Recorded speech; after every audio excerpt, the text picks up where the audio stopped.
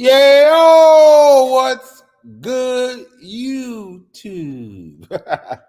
We back with another good hour. Hey, I know y'all been missing us. What's popping, fellas? Well, Yes, sir. what's going on with you, Terry? It's been a bit since we've seen you on here. Been a couple weeks Right. since we've been on ourselves too. Just grinding, trying to stay afloat, going through the little situation I've been going through, but I'm here today. So hopefully we can, have some more good hours. Thursday is gonna be very important, guys. That's the game flow for Thursday. So make sure, guys, y'all pay attention because Maximus, Terrence, me, and also Alex is going to be here on Thursdays. If you need your questions answered before the game, you need to come here and make sure you pay attention and hit the like button. So let's get the likes up. I don't appreciate the 6, 7 likes that I've been seeing when I'm not here. So even when I'm not here, guys, you make sure you hit that like button. At least get us 20 likes. Come on now. Come on now. I'm trying to give y'all different content to help y'all be able to master your leagues. So you got Maximus here, you got Terrence here, you got Alex here who's giving you cutting edge content. So make sure you hit the like button, guys. All right, what you got for Yeah. us, Sean? What's that? Say what you got for us, Sean. You got a fun segment set up. And by the way, you didn't even tell us about the new intro. You just sprung it on us. I didn't even know about the new intro. It kind of just sprung on me as well. It must be because Terry's on his phone and he's the master of it all. So it goes to what he's got set up on his phone. It was a surprise to me as well. So we'll see what happens at the outro. But I do have it set up for mine, but it's probably going to automatically backset this. That's crazy. Really, they got me as the master guy on it, and I just accepted the invitation. But it's still under your channel, right? Right. But I didn't know it was linked like that where it would still recognize me. Wow, that's interesting. Well, when you're in, it goes you. The hierarchy would go you. I'm second, and then it's Alex and Terrence. Okay, gotcha. Okay. All right. But yeah, we got some games starting up. Preseason games are starting. We got 3 games tonight. Who do we got? We got the Colts versus the Ravens. We got the Bengals versus the Eagles, and we got the Raiders versus the Seahawks. Anything you guys are looking forward to in those games? Yeah, I'm looking for a couple. I love the rookies. This actually, guys, I'm not even gonna lie. I really enjoy the preseason games to watch the rookies come out because for fantasy football, when I'm predicting sleepers, that's going to give me a trail where I can actually introduce these guys. Like, look what he did. Look how good he played. So I love the preseason games. Oh, I like some watching them too, but there's always certain things that I watch for, right? Like I want to see how Jalen Milroe does in Seattle. Right, Tory Horton. Tory Horton. I want to see Tory Horton. Dante Thornton. Yes, sir. Yeah. And I'm wondering if Cam Miller is going to get any play time out there too, which is Tom Brady's pick. See the beginning of his journey in this football league and see what Cam Miller. Is it Cam Miller? What's his name? The quarterback is Cam Miller. Yeah. So you gonna champion Cam Miller over Shadur Sanders, and Shadur Sanders has been sniffing up your ass, Tom Brady, for 3 years, and then you're gonna push him to the side and not get him drafted, and you're gonna talk about Cam Miller? I don't want to hear nothing about no Cam Miller. No. What I'm saying in the game between Seattle and Oakland is I'm wondering how much playtime Cam Miller gets. That's what I mean. Why did they draft Cam Miller? Brady. Right, but why did they draft Cam Miller instead of Shadur? I have no clue, man. But he said that he liked him as a late round pick because he sees a lot of potential in him. So well, we could say Cam Miller was drafted after Shador, though. He was right 6th round. Right. Yeah. So right. I'm not saying he's the next thing or anything. I'm just interested to see this first game of him because he's a project. Then we'll see him next year and see how the improvement goes. Right. That's all I'm saying. Right. I'm not saying anything with Shador. Shador's got his door open on this weekend with all the injuries at quarterback. He's been given the green light. He's the starter and probably going to play 3 quarters. So let's see what he does. The door is open right now. Let's see how far you can get your foot and push yourself through it. Right. And I wasn't really talking to you. I'm talking to Tom Brady. Shador supposed to be your boy. And that's what I'm saying. So I didn't understand why he didn't draft and then why Shador on it. It almost seems like they know something that we don't know. Because how would you be cool with Tom Brady and he's your mentor and he doesn't even draft you in like the 5th round or 6th round? Well, they didn't really get a chance in the 5th round because No, in the 6th round. In the 6th round, right? They didn't get a chance in the 6th round, right? Going past the 3rd round with him was completely ridiculous. Like, yes, the 3rd round, you got to take a chance on him because even like a 3rd round quarterback is still a weight project, but at least it's a high potential one. Like, I don't know what there's just odd to me. Seems all set up, and it was for ratings to get them pushed up because it was the highest rated draft in the day 3 ever, and that was just to see where Shador went. So it seems like a little bit of that, right? Like, you can't draft them here until the 5th round, but you can draft them wherever then. Right. It ain't cold out here, bro. I saw it in the chat. It ain't cold out here. It's warm out here. We in North Carolina, bro. It's warm. Yeah. Anything else you're looking forward to this weekend, fellas? Shador Sanders. Yeah, well, there's other stuff beyond him. You got Tet McMillan's also in that game. Jimmy Horn. Yeah. Uh-oh. What's up? Bro, you been seeing Jimmy? Terrence. No, I have not seen Jimmy. Come on, bro. You got to look at him. Trey, I don't need to look at him. I know where he going to fall at in the depth chart. Where he going to fall? Because I want to hold you accountable for this. Where he going to fall? Probably fourth on the depth chart. Fourth? That's awesome. Ain't that awesome, Maximus? That's awesome. I mean, that's his ceiling. You got Henry Renfrew. They talked at a retirement. You got Adam Thielen. You got Tet McMillan. And you got my bad. My bad. Then about 6 then. Nope. Move on. Move on. He changed it. 6. He said 4. Whoa, no, because he started naming all the people. You got where did he go? Where did he go again? Keenan Allen over Trey. That's what he did. Oh, he went to Carolina. 4th, that'll be a ceiling. Take that back. I'm talking about his lifetime ceiling. Fourth on string might be his lifetime ceiling. And to pick up a guy like Keenan Allen off the streets over a guy that you champion like Trey Harris shows that Trey ain't ready. What are you talking about? He wanted to go to the Chargers. Stop it. No, but if you're not bringing in Keenan Allen, Trey needs to get in the lineup. What do you think, Max? You think Trey is going to be the player that they want him to be, even though they're picking up Keenan Allen? Oh, not year one. Like, Keenan Allen only going to give you 5 games. Keenan Allen, he's getting paid $9 million almost to play this season. He's going to only play five games. Oh, I'm not worried about him lengthwise, but like as long as he's healthy, he's the starter. Yep. However many games that is however many games that is. But guess what? And Trey Harris is still going to outproduce little Jimmy Horn. So we'll see. About that. I'm taking that bet. That bet is in the bank already. Well, I'm looking forward to see Omir Hampton go against the Saints defense. See what he does on. But they ain't gonna put him out there long. They ain't gonna put him out there long. Oh, come on, Terrence. They didn't put him. They put him out there for 2 plays on the Hall of Fame game. He's getting a little bit more play time than that. Right. Like he's going to get in some type of groove. It'll be at least a series instead of 2 plays.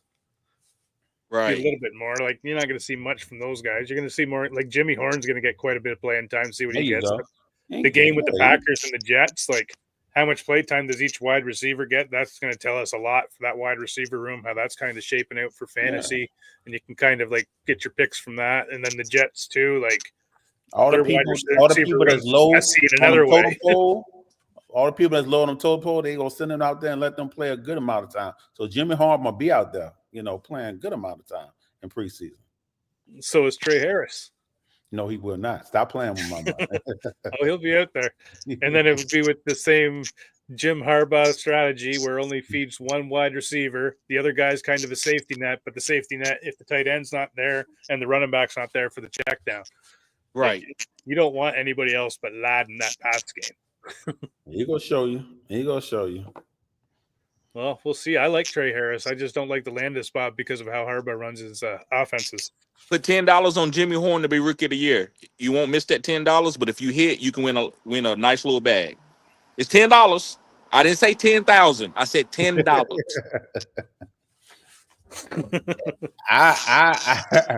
I would put that money on another player before I put it on Jimmy Horn. You ain't gonna get those odds with the potential that Jimmy can be. What's the odds? I think it's like plus a couple thousand. Yeah, don't do that. Then you just be burning money. Burning. What do you guys think of this? Go get your Happy Meal. You might as well go and get your number 1 or something. When them $10 be burning on. Can you get a Happy Meal for $10 anymore? I don't know. I don't know. What do you guys think of this new acquisition that ESPN just made? Because they acquired NFL Network and Red Zone. They got to do something because ain't nobody want to sit around and watch that a bunch of that cliche shit that they talk about. They don't get it. They don't hit any cutting edge stuff. Like they all just, hey, you like this guy? You like Bryce Young this year? Like nobody wants to watch that shit. That's why YouTube is taking over. That's why our streaming platforms are taking over. So they had to get NFL Network. They're just trying to broaden their horizons. They got all the money. You got to spend the money to do it. You got to liquidate all these other companies. That's the name of the game. Start knowing everything. I don't know what And then that they going to mean, but I mean, at the end of the day, the parent company is Disney. So I mean, Disney started to own everything. You know what? Disney, you know what this, and I don't want to get off topic too much, but look at the people who started off as kids with Disney and look how they end up being. Well, and look who owns Disney. That's what. There you go. Come on, Maximus, tell them. Like, you're getting into BlackRock stuff there. Come on, And then right? look into who owns BlackRock. Like, it's crazy. They will groom you. They will groom Stay down you. that rabbit hole for hours. But anyways, let's get on with the show. We're going to do greatest sports rivalries now. So this is any sport, the rivalry that you think is the best of all time. Who wants to go first? I go first. It's easy. Right here, it's over. Look it up. Look at the numbers up. As I know, Terrence is a numbers guy. Look at the numbers. Duke and Carolina basketball. That game right there is viewed almost like a playoff NFL game. Super Bowl, only thing that beats that game. Duke and Carolina. We shut down everything. Just like Texas shut down for high school football, we shut down everything. Duke and Carolina, even if you're not a Duke and Carolina fan, if you in North Carolina, you coming, you like, that's a huge game. We all talking shit and people get shot.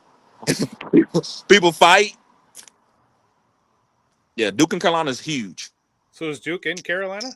Yeah. Yeah, right. Guess how far Duke and Carolina. Hey, listen. Guess how far Duke and Carolina is from each other, Maximus? I couldn't even imagine.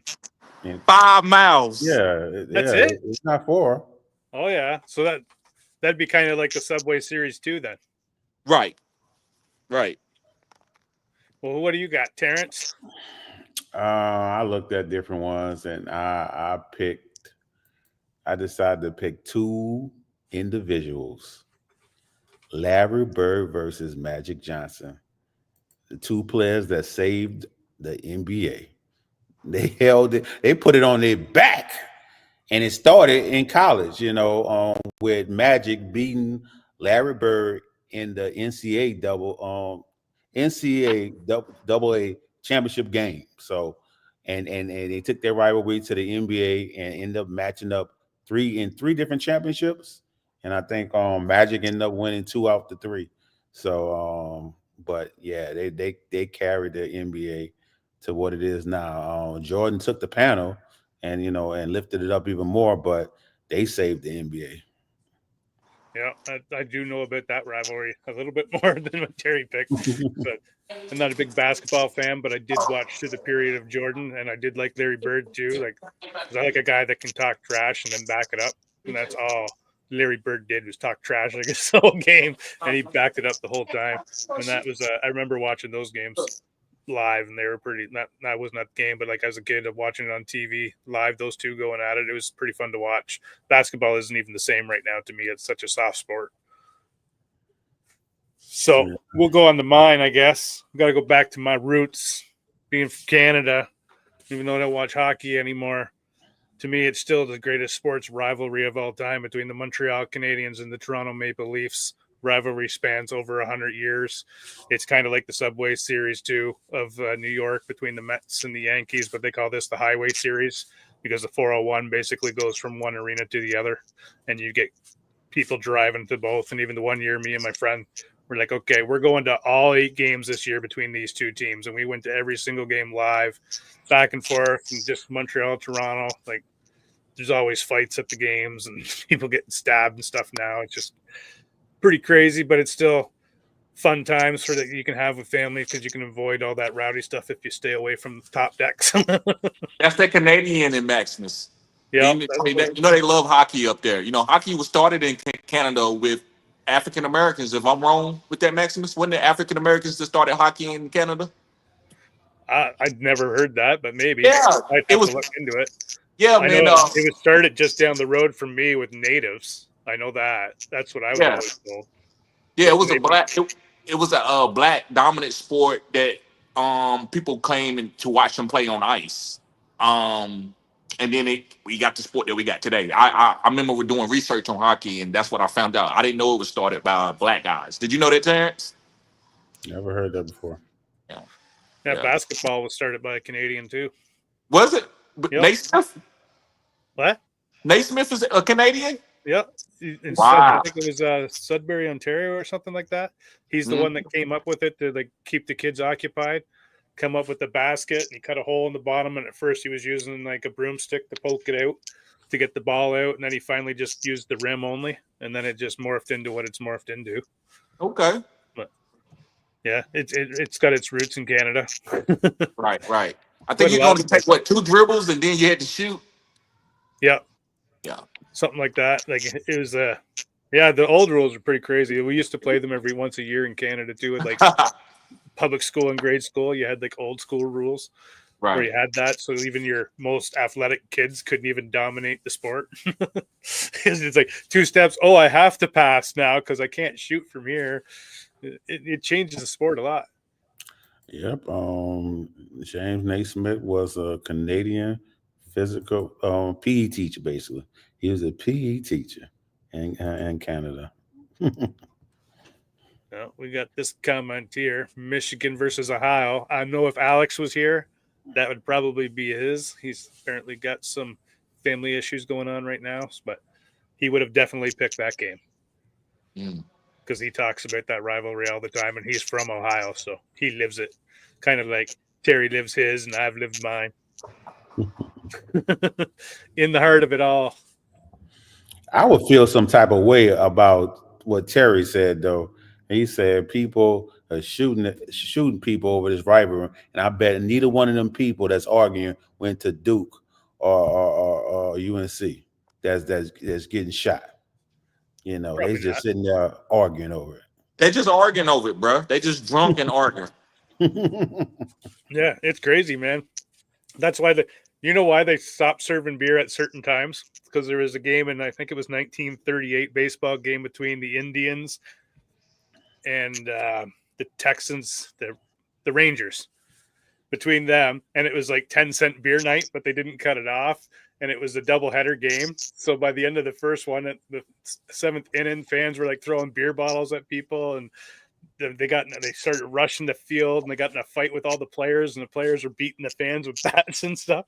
So that's what led to the cutoff now at stadiums in every game of why you can't be served after a certain time because people get too rowdy the more they drink. Right. I'm trying to think of a bar. One bar doesn't even. Where did I go? They don't even sell alcohol because of that. They was like, is it a college game? It might be a college stadium. They won't sell alcohol because something happened. Somebody got sued. Oh, really? Yeah. College sports. Listen, the rivals in college sports is bigger than professional sports. I don't really think a professional sport is really a true rivalry. Even with my Dallas Cowboys and San Francisco or the Steelers and the Browns, I don't really think the professional sports rival college. So college sports is crazy, man. They very careful how they serve alcohol at college sports. If you want to get into crazy rivalries, you get into some of those European soccer ones and like the Middle East soccer ones. Like Well, that's what I would tell you got college beat.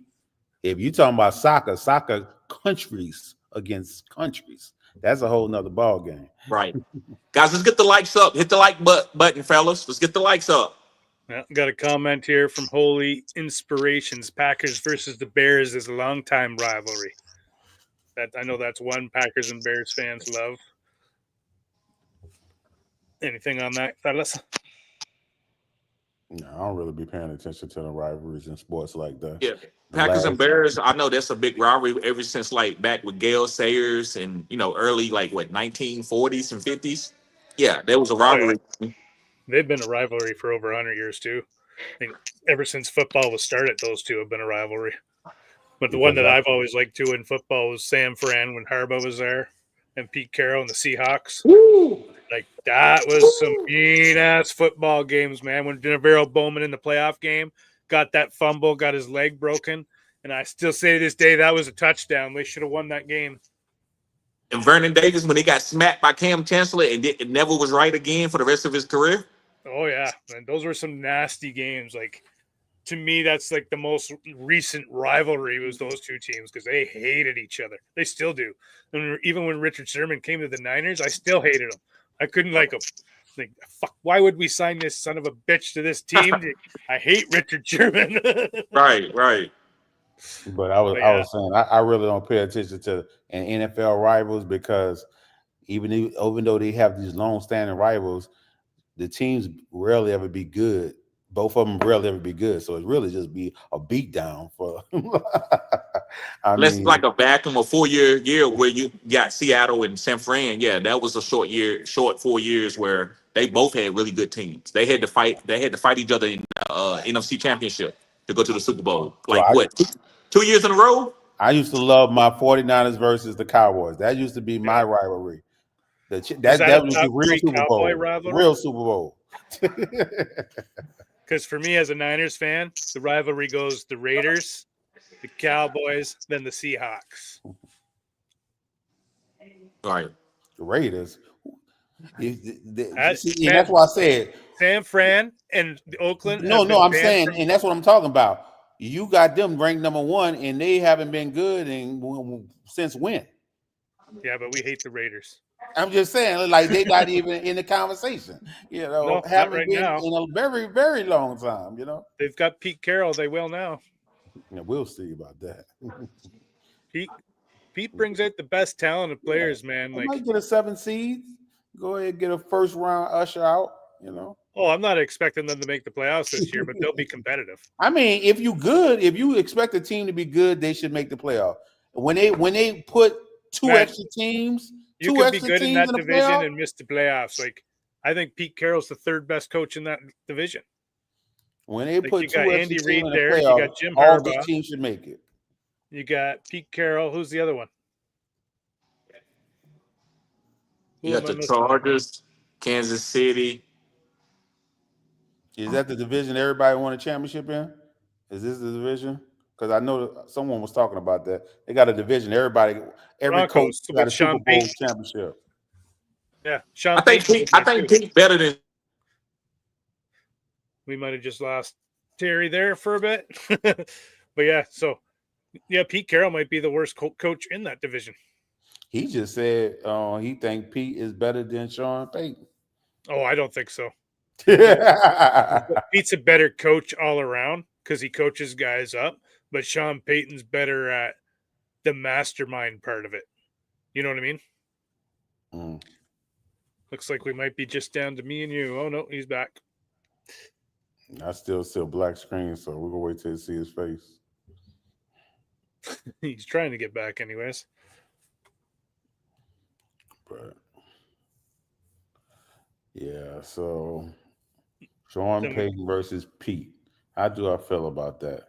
Because it's not like Pete was the one that assembled that defense. The Legion of Boom? Yeah, the Legion of Boom. He wasn't the one that assembled it. He coached it. So, I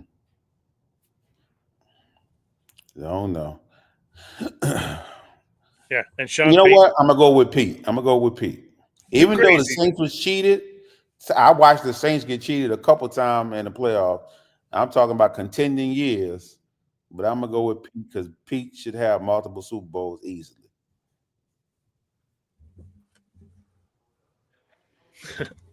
So what were you gonna say? Yes, I think Pete is the top 10 coaches of all time. If I bring college in, yeah, but if I don't bring college in, maybe you're right. But look how many Hall of Famers he's coached. He's top 5 in Hall of Famers that he's coached, and he's made Hall of Famers. And one guy that I'm gonna give him a lot of credit for that nobody else in the whole football in the NFL football would have done is Richard Sherman. Also, Cam Chancellor played corner, and he moved him to strong safety. Also, Brandon Brown, who was a 6'4" guy, like safety, he moved in the corner. He brought in a bunch of misfit pass rushers and brought them together to make a great pass rush. Like that's Pete Carroll, that cover three scheme that almost every team that your team run, that the San Francisco 49ers run to still to this day. Pete Carroll invented that. And also it's been used a couple coaches, but the way they funnel everything to the linebackers to come up and tackle, and they teach you how to tackle. That's Pete Carroll. Pete Carroll is one of the best development of talent guys ever to come into the NFL. Yeah, I'll give you that. I don't know if he's top 10 in the NFL, but maybe if you just look at coach in football career, he's probably top 10. Okay. Because he's one of the few that have won championship in both leagues. Gotcha. I think there's only, 2 or 3 guys? What they come from college and actually win a Super Bowl? That have won an NCAA championship and a Super Bowl. Two or three. Yeah. I feel like Jimmy Johnson, Pete Carroll, and I'm trying to think of another guy. I think that might be it. Bill Walsh. No, he didn't win a college championship. My bad. He didn't win a college championship. No, I think that's it. Just 2? I think so. Okay. Let's see. I'm gonna Google it, and now it says Jimmy Johnson, Pete Carroll, and Barry Switzer. Right. Really? Barry Switzer, I never would have guessed him. Oh, Barry. But hey, that was an easy championship. I could have coached the Dallas Cowboys to a championship. Yeah, that was Jimmy Johnson's team, wasn't it? That he walked away from? Yeah. That's like Yeah. I didn't even know that. I couldn't that's how even Mike remember. McCarthy got his. When he didn't walk away, Jerry actually fired him because he wouldn't back down.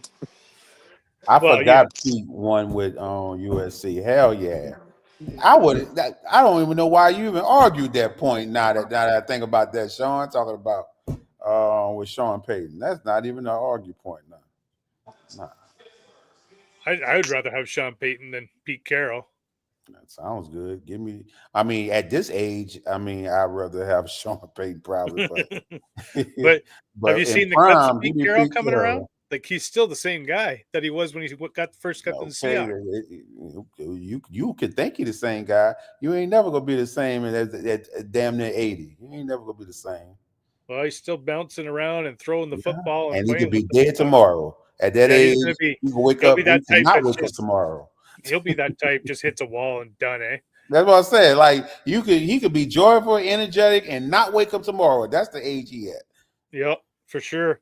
Anyways, let's get into the main topic. So today we're going with the AFC and NFC North divisions, where we're going to pick some guys outside the top 25 that we like, that we can give you, because top 25 is pretty easy. So you want to go first, Terrence? Sure. I got to pick my guys carefully because, I know you guys going to be taking them out of my hands. So are we going one by one or naming? We'll go one by one. Okay. So the first one, I'm going to go ahead and take off on my man TD Hands, and I'm going to pick Jameson Williams, because if he go crazy this season, he could definitely shoot up in the rankings, and he's currently ranked on Fantasy Pros Dynasty at 59, and that's lower than I thought he would be ranked. How people, own him this season. So yeah, and his ADP on Fantasy Pros was 62. But I've been telling people, I haven't heard. I was the first guy. I watch a lot of YouTube. Nobody said fade Amon-Ra and go get Jameson. Now they're kind of saying that now. But I said that earlier. Y'all know I love Amon-Ra St. Brown. You're the only person I've heard say fade St. Brown and go get him. Right. Because the reason why, and Maximin knows this, because I heard them break down teams before. Each year you got to do something different. You got to keep evolving your offense. Andy Reid does it every year. He's not going to do the same thing. So in order for this team to go to the next level, they have to give Jahmyr Gibbs more carries and more opportunities, and they also have to push the ball downfield to Jameson Williams. That's why they drafted him 3 years ago, and he's finally found himself. So that's Amon-Ra is going to be a great player that's going to win, like trying to win a championship. He's not going to be getting 12 targets a game. That part of his career is gone. So now they in win mode. So now Jameson Williams is on his breakout, and Jahmyr Gibbs is on his breakout, and maybe Jared Goff has a big time passing year. He could, because they got the right pieces to do it. There's no reason why they can't go back to that NFC Championship game. Right. You said You want to go next? I don't know. That seemed kind of bold to me. Just saying part of that career is gone. That man, 25-year-old.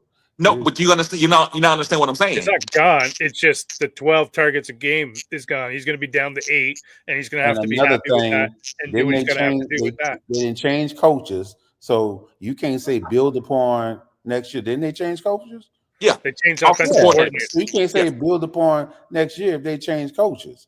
You know, this gonna be something new. We don't know what they're about to throw out there, but you know, I can't wait to see that. Right, but you can't go keep throwing the ball underneath to Amon-Ra and think you're gonna win a bunch of games because teams are picking up on that. So you have to give them something different. Remember, we went from a Michael Irvin heavy team, then we got Alvin Harper. He made big plays, and then we went to a Jay Novacek. Like, you got to change it up a little bit in order to keep the teams on their toes. Because the NFL, all they doing is watching your film the whole damn year. So they're going to know your formations they're going to pick up. Each formation you're running, you can run about 7 plays out of that formation. So you have to change it up every year. I think Jameson Williams is going to get a few more targets, a few more end rounds. That's just my 2 cents. But Amon-Ra is going to be a Hall of Famer. On the trajectory that he is. Yeah, he's still going to be legit and a guy to own. I just think he's being overdrafted right now where he's going because of that offense is going to be changing. Who knows what that's going to look like, but I do think he gets a lot less targets, and they're going to take more advantage of JMO's speed because right now the defenses are starting to go big again, so you're going to see some more quickness working in the NFL. Right. Who you got, TD? It's my first guy. Okay. So we doing the NFC North guys, right? Yep. Okay. So my first guy is going to be David Njoku. I've been the only. So when I talked about David Njoku before he got his first contract, people thought I was crazy, said he was going to get cut. He was out of the league. But you got to understand these teams are drafting, especially tight ends, man. It take a long time to these guys to learn the NFL game. You got to learn how to block. You got to know all the play calls from the blocking perspective. And you have to also know what your check downs is. So it takes a tight end a long time. But David Njoku, the last 2 years, have found himself. So when you got young quarterbacks, you know, like Shadur Sanders or whoever it is, but you know what Joe Flacco going to do for David Njoku. So that's easy. I'm not worried about that, Joe Flacco. That's a top 5 tight end. But even with Shadur Sanders, that's a big target. That's a 6'5" guy who runs a 4.5, who can move, who's agile, who stays healthy most of the time. So I love David Njoku, man. I think he's going to be a top 5 guy, and his value is lovely, right? I think he could finish as the number 2, number 3 tight end, but he's going as like a top 14 tight end. He's like, it's a lot of tight ends going. Sam Laporta is going before him. I'm not drafting no damn Sam Laporta when I can get David Njoku 4 rounds later. Probably later than that. Right. All right. So I'll go first. I'm going to go with, I'll go next. I'll go with Rome Odunze. Right now his ADP is at 81. He's WR 37. Keenan Allen's out of the picture now. He's stepping into that role where he's going to be on the field every day, or every play for the most part. He's going to take a big step up. He's already got that chemistry rapport with Caleb Williams there that he was developing in the offseason last year. There's no reason why they wouldn't continue that. They both come in the league at the same time. And I like Rome Odunze's game, so I think he's going to finish into the YRW2 categories instead of the W3s. I totally disagree with you. Totally. And the reason why, because listen, Odunze is a great contesting ball. He reminds me, and you know this guy, of Brandon Lloyd. Am I way off on that, Maximus, or you don't see that? I think they are kind of the same guy. Brandon Lloyd. I don't see that. Because that great. I think it's a bit different game. Lloyd was like pretty acrobatic. And I think Rome Odunze is acrobatic with the jump balls. I saw him when he played with Washington, and that's his game. Like, throw it up, and he's going to come down with it. I don't see him as the fastest guy. I don't see him as one of the best route runners like a Devontae Adams. I just see him as a great guy who can read the ball in the air. He's great with the ball in the air.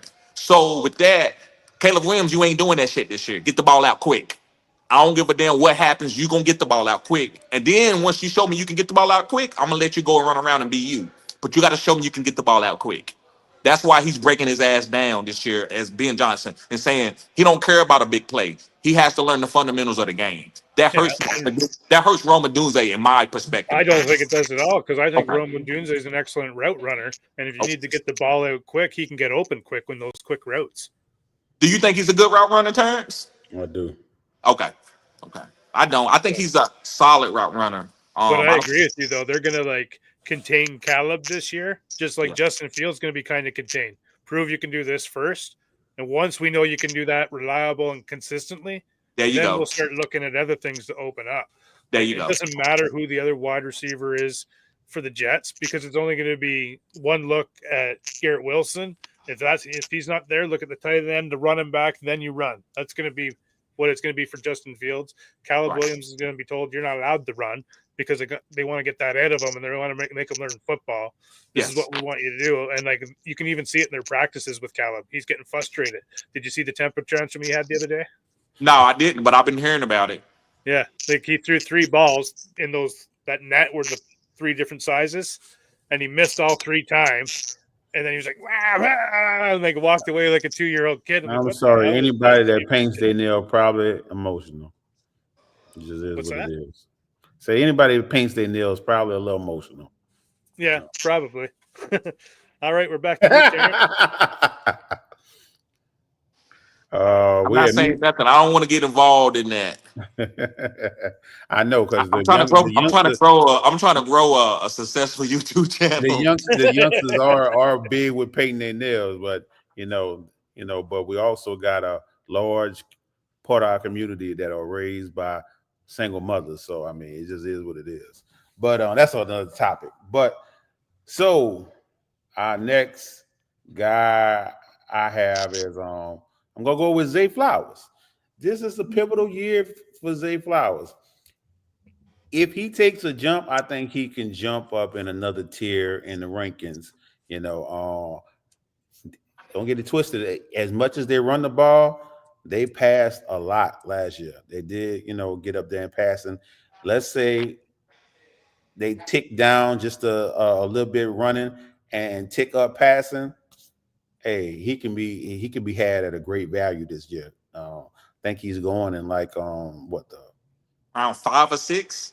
Yeah, I was trying to think because I just did a super flex draft and I took him probably around 6, 7 or something like that. But I mean, at his ADP, I definitely don't mind drafting him, especially if I draft Lamar. Definitely drafting him at his ADP and just go ahead and do the stack. So I think Zay Flowers is good, and if he take from what happened last year, especially in the playoffs where he has some moments of weaknesses, if he take that and build on that, he can actually be a great player. What you think about this, Sean? Because your face looking weird over there. Like your face looking weird. If it was a dog banging at the door or what I was hearing. But yeah, he wants in, so I'm going to step up here in a minute. But yeah, Zay Flowers, I don't know where he's going. That's right around where I think he's going to be. I don't see him climbing much. That's where his worth is. That's where I think he's going to be. There's you got DeAndre Hopkins there. He's still going to get the ball. Rashad Bateman just signed a nice contract. They're going to have to feed him. Derrick Henry needs the ball, and Lamar's going to do Lamar things like that. And then he's got Mark Andrews and Isaiah Likely will be back at some point in the season as well. There's a lot of mouths to feed there. I don't know if I would invest any higher than where he's going, and I don't know if he's going to jump that with how many mouths there are. Right, but what Zay is Julian Edelman to the New England Patriots. That's what Zay is. Nobody can take his targets. He got a special lane that nobody else has. So I agree with Terrence. Nobody's going to take those underneath 7 to 8 targets, and they can turn into big plays because Zay is explosive. So I agree with.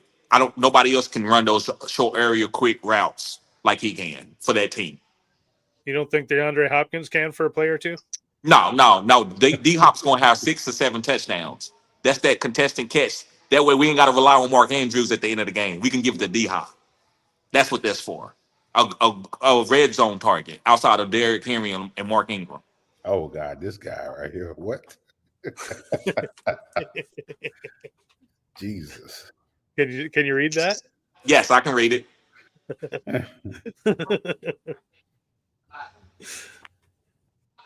Yeah. All right. So we're on to Terry. Yes.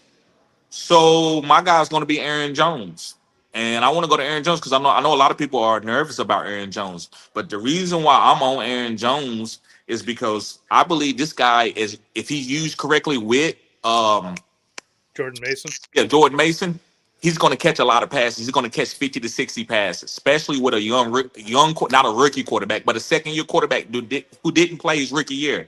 So he's going to check the ball down, and Aaron Jones is going to be a safety net for him. He's done it his whole career. Aaron Jones is if he win a ring, he could be a Hall of Famer. Just look at his numbers. Every year when he's on the field, he's great. I hate to say that, but if you just look at it. So I think Aaron Jones is going to catch 50 to 60 passes and probably have 800 yards rushing, which I think can make him a top 14, top 12 running back. I want to know, does McCarthy check the ball down? Because I don't know what he did in college. I don't remember if he was checking the ball down to the running back. Is he that type of quarterback? Who's that? McCarthy, isn't he with the He Vikings? played Tim Harbaugh. That's all he did. That's all all he did was that's throw all Wilson McCarthy. on the slant, which was That's like how McCarthy did. And if he's not there, he checked it down to Blake Corum. He said that's all. That's all he did. I'm guessing you don't think highly of McCarthy whatsoever. Who, me? Yeah. I'm not high on him, but like what last year told me with Sam Darnold was Kevin Stefanski knows how to groom a quarterback. So it doesn't matter what my opinion is on JJ McCarthy. I've actually got him on my short list here, so I'll use him as my next pick. Going as ADP in a like one QB league, he's 132 or QB 19. In Kevin Stefanski's offense, as long as he's healthy and out there and playing, he's going to be a QB1. He's just going to put up those types of fantasy numbers. He's throwing the Justin Jefferson, Jordan Addison. He's got TJ Hawkinson, like Aaron Jones coming out of the backfield. Like Jordan Mason can also catch passes. Like he's going to finish as a QB1 his first year starting. I don't know how I feel about McCarthy. I haven't been drafting any of them, but I mean, he should give you, bare minimum numbers. At the end of the day, that should be like if there's a line where you want to draft a quarterback, he should be the one. If you drafting someone below the ADP of McCarthy, you done failed in your draft. Like he's a Mason-Dixie line. But who would you rather, Bryce Young or JJ McCarthy? Bryce Young. I feel good about Bryce Young more, to be honest with you. Bryce Young. Oh, yeah? Top 5 quarterback. That's bold. That's a bold prediction. I'll stand on that. Look, I don't feel that good. I do. I have to see where I put him because I got a lot of Carolina guys breaking out. So I got him. I got him in the top 10. And then you better have him. I don't know if top 5, top 10. Hey, ask Maximus, is he from Carolina? Because you asked me, was I from Carolina? I'm not from Carolina. I've been there once. Yeah. I do like the Aaron Jones pick only because people seem to be too high on Jordan Mason. I think people are way too high on Jordan Mason. So if people willing to take Jordan Mason, I didn't see Jordan Mason go higher than Aaron Jones in some draft. Give me Aaron Jones if that's the case. Just like these people taking Jaden Blue over on Javonte Williams in draft, that's fine. Go ahead and give me Javonte Williams. I'll just take the lower, ADP guy, the guy I feel like actually go get the start and have a chance to maintain the job than trying to guess who will be the next man up. But the next guy I have, Chase Brown. Chase Brown surprised a lot of people last season and won people leagues, and he have a chance to do it from the start this year. So we go see if he have it in him. He definitely have the explosive ability to rack up fantasy points in a hurry. Just need to see the consistency throughout the season and see if he's able to stay healthy. What you think with Sean? Yeah, I like them. They don't really have much in competition for them. They Facts. just lost Zach Moss. to the neck injury. Taj Brooks is there as the rookie now, is right behind him. And Piron. Yeah, but P. Ryan's got a role, and he's going to have his role right on that third down. Will It's probably be Piron, him though. on the important ones because Chase Brown will still be out there on third down because he can catch them. But when it's an important third down, it'll be P. Ryan out there. So It's Piron, though. it's what? It's Piron, though. P. Rhino? No, he's saying it's P. Ryan. He's saying it's P. Ryan? yeah. Who is him? Yeah. It's like you not gonna get much out of him. So Yeah, that's what he's saying. Oh, okay. I wasn't catching it. My pigment didn't pick it up. What about All you on TD? How you feel about it? Chase Who's Brown. Chase I love Brown. Chase Brown. Chase Brown is probably a top 5 RB potentially. I mean, he's playing on an offense who's going to be in the green zone more than the average offense. It's going to be a top 5 offense. Chase Brown catches passes. He's also runs between the tackles and gets the goal line carries. That's top 5 running backs. Anybody that's going to catch 70 passes and get the goal line carries, that's going to be a top 5 guy potentially if the offense is elite. Yeah, I have no complaints about Chase Brown. Who I think next? people are low on him because they think Todd Brooks Right. is going to take all the work, but I can't see it. To me, they're similar. I mean, when I look at their profile, they earn probably the same predictive badges. Like they similar. I mean, I understand if he don't go down, throw Taj Brooks in and keep it rolling. You know. Well, here we go, Terrence. Brown has the top 3 upside and could be a league He winner. was a league winner. It's not even a question. Last year, it's 2 running backs I was trading for, and I was telling people in my I think I did it differently than I did it this year. This year, I knocked out a lot of rookies before the season. Last year, I knocked out some, and I did the first and second round. Anybody beyond that, I did it as they broke out during the season. And 2 videos I did was on Chase Brown and Bucky Irvin, and I was saying, go get these guys. These are league winners. And they showed up for your playoff run. So good calls, couple good calls. So who you got next for us, Terry? My next guy, we already did Chase Brown, so I'm not going to do him. But my next guy is going to be DK Metcalf. Now, I'm excited for DK Metcalf to get these targets that he's going to get because it's going to be a little bit different than it was in Seattle. He was the secret number 1. He really wasn't the number 1.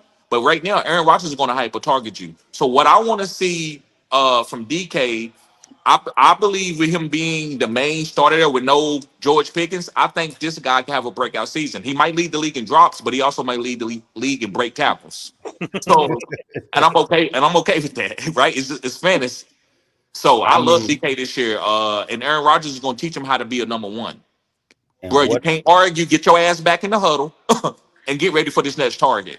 You can't. If you argue, you're gonna come out the game, and I'm gonna ostracize your ass. So you got to stay in the game, and you can't be arguing and doing all that bullshit. So I want to see DK take his game to the next level, and I think he can. And I don't think no corner wants to tackle this guy 8 to 10 times a game because I think Aaron Rodgers is going to force feed him a lot of play action, one-on-one with him. So DK, actually, guys, I think he's a true top 12 guy this year. He's been a top 12 guy the last 2 years, but he couldn't get there because of Seattle for whatever reason. But this year, I think he's going to be able to get there because who you telling me? Calvin Austin? Pat Fryermuth?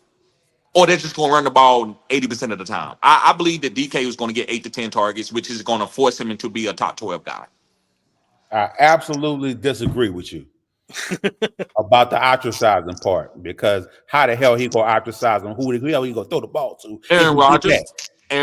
That's all I'm gonna say. Aaron Rodgers. I'm just saying, if Aaron Rodgers got in a beef with DK, who else he gonna throw the ball to? You have no choice to go right back out there and throw it to DK. There's no one else. Ask Aaron. Maybe he called Devontae and asked for a trade. Oh, don't get it twisted. I still think that boy from the Jets might find his way over there. Lazard, go. We. Especially if DK start acting crazy. Don't think Aaron Rodgers won't blackball your ass. No, and Aaron Rodgers. I don't know if you saw that video this week of Fryermuth getting upset with Aaron Rodgers because he's only throwing the DK Metcalf. Who else he gonna throw the ball to? Because that's how he gonna be in the season. That's Right. why I Well, don't mind Brian hope drafting is open. DK. That's why I don't mind drafting DK. Who else he throw the ball to? Right. You see that super chat, Maximus? Yeah, I thought that could be our first question and answers after my last one. Okay. So my last one You here know that I'm TD gonna love to get straight to that. We don't play no games with the super chat. Let's get to it. Oh, Sean, nah. You Because know, that we want to encourage their money. We all gonna make money. But yeah, can we get a good wide receivers 5 to 9 if I go on running back, tight end, and quarterback early? and you good wide receivers 5 to no, it's only a few guys that's good through round 5 through 9, right? It's well, only it a depends couple. what you classify as good too. Right. So to me, it's a couple guys that I'm targeting in there, but all the good wide receivers are in the first 3 rounds. But it's a couple guys that I think are sleepers like DK Metcalf. And it's a few other guys out there. I don't really have them wrote down right now, but it's only probably 3 or 4 wide receivers that I'm really high on at that round in that tier. There tends to be a lot of that next tier of running backs goes in there, and then your tight ends start going. In one QB, that's where your quarterbacks mainly start flying off the board. There you go. In super flex, that's where your second QB start flying off the board for your QB2s. Right. Well, I'm in the middle of the draft right now, and I'm at the 7th round. It's a super flex draft, so I can tell you that what players have started to go off the board in the 5th round. It looks like Rashid Rice, Mike Evans, DK Metcalf, who we were just talking about, Harrison, Devontae Adams. Harrison is good. Worthy, Jameson Williams, Flowers, Sutton, McLaurin, Pearsall, McMillan, DJ Moore, Devontae, and That's round 5 through 9. I'm Hey, just wait, telling wait. you, I'm just telling you 5 to 7, and Hunter. In So Superflex and single. this is super Super flex. flex.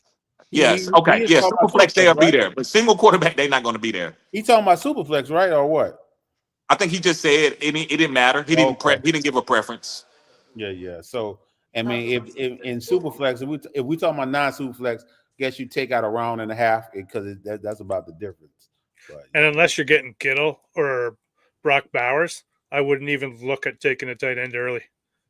Just go later and get like Terry yeah, said, and the jump McBride. shoot. Oh, and yeah, McBride would be the because third you can one. wait. Yeah, you can wait and get in JUCO like TD was talking about, or I mean at that. I mean, Mark to me, Mark Andrews or in JUCO if you want to get one in the middle rounds, and if not, just wait and get the last 2 rounds and get a couple rookie tight ends or something like Sean plan on doing. That's all I do. I'm going to be going with Terrence Ferguson a lot this year as my starting tight end. Right out of the gate, week 1, Terrence. I can't wait to see. Hey, matter of fact, you in our league, so I can't wait to see it. Waiting for TD to get in Yeah, and Alex. I asked him the other day. Did he pay yet? there. Going on your people. You know you ain't paid yet. Go to your. What'd you say? And we was talking about Alex just now. So it looks like what he was talking about was a 10-team league, full PPR, 1 flex. So Okay. 10-team league, there will be wide receivers. Yeah, it will be. Yes, sir. 10 team, I need to know the scoring system. I need to know the setup. I just know a whole bunch of stuff because it ain't the same. I don't even play in 10-man leagues.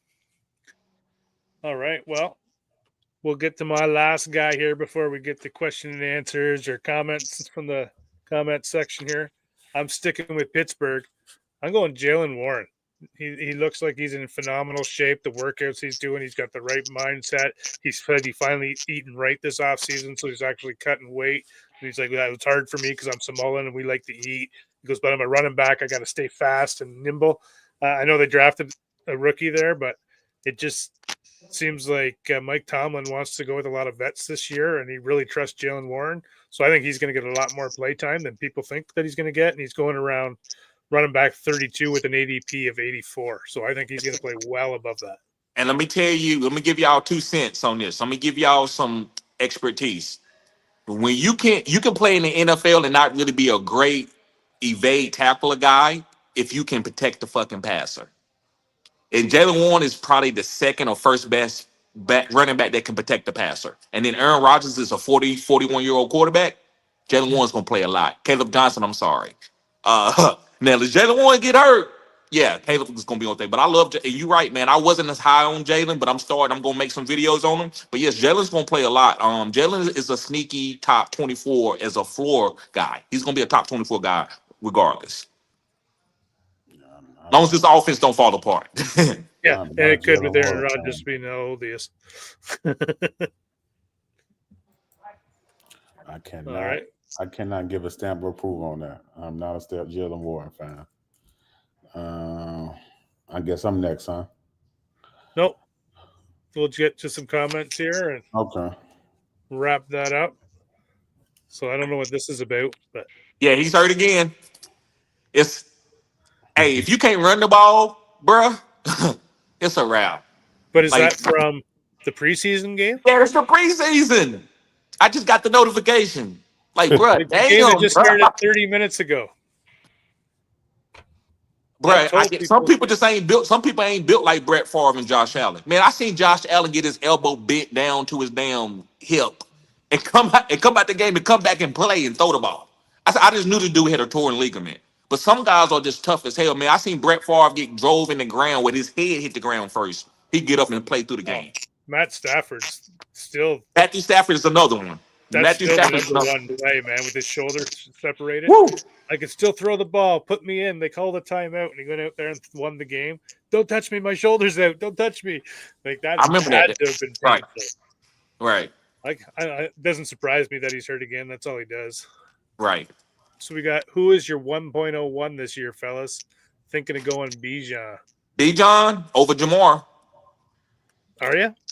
I still like Jamar, but I always like going wide receiver first. I'm not waiting on the Joe Burrow. I'm not dependent on Joe Burrow. I want somebody to be independent from being a number one. I don't need him to have a quarterback every year in order to be number one. I believe he needs Joe Burrow to be number one. Joe Burrow is a little bit volatile, but I'm not going to say he's injury prone. Sometimes injuries just happen. But I would say Bijan because no matter who's the quarterback, Michael Penix, Kirk Cousins, Drake London go down, knock on wood, Bijan still going to be a top 5 running back at the worst. So I would say Bijan is the safest number one pick in my opinion. I probably agree. It depends on my setup. If it's a full PPR, start 3 wide receivers, I'm going Chase first. Other than that, it'll be Bijan. All right, so we got here my league go RB heavy early. Looking for an advantage. How to build a team this year. Go RB heavy. You just said he just said his league go RB heavy. So you want him to go RB heavy with the league?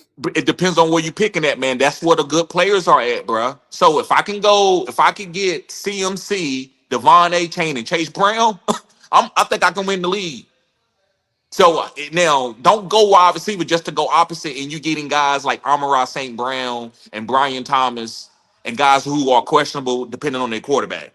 I'm going to running backs. I know Chase Brown now. As Joe Burrow go down, yes, that whole offense is going to struggle. But Devon A. Chain, I think you have to take the risk on him. I just think it's a lot of good running backs in early. Now, you can get running backs late, but to me, my best bills have been running back heavy, no matter if everybody else is going RB. It's just so many RBs early. This is my opinion. And do you know what spot you picking from? That's important. Yeah. For me, I'm going wide receiver in that situation. Who you gonna get? Amon-Ra? If you can get Malik Neighbors, yes. But if you can't get Malik Neighbors, well, what about CD Lamb? And like, there's Justin Jefferson. There's plenty of options. CD Lamb, Justin Jefferson, Nicole Collins. You know, you don't think George Pickens take away from CD Lamb a little bit? You think CD Lamb fall down a little bit? Just not a little? Not at all. Okay. I think he gets those targets that they're trying to give the Brilliant Cooks, Jalen Tolbert, and all that. He kind of gets that kind of rubbish. The CD Lamb role stays the same. I can't disagree with that. So I just don't know.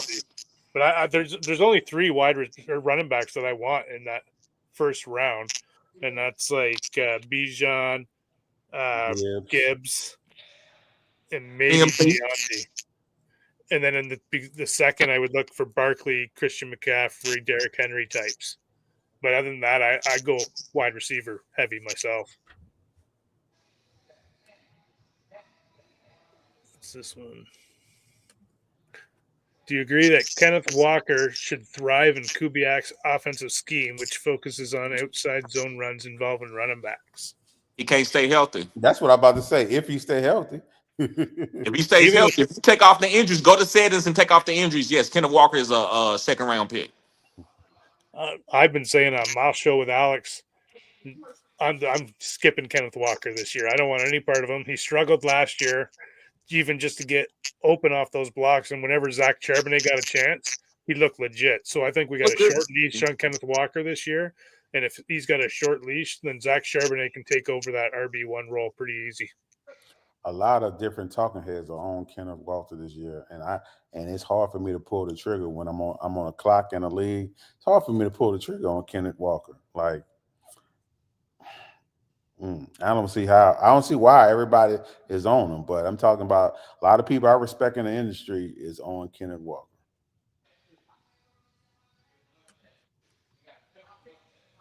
Apparently, he was sacked in the pocket. His shoulder's been popping out since friggin' he was a freshman in college, so it's nothing new. He's going to be injured.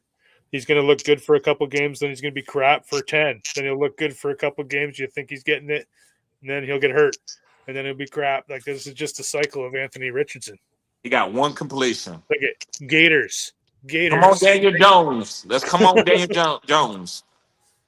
Yeah, but that's what we got for comments there, Terrence, if you want to take us out.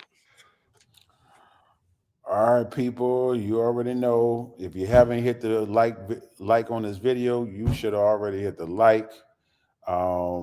Make sure you go and follow Sean if you are not already following Sean on Spotify, the Fantasy Blind Spot.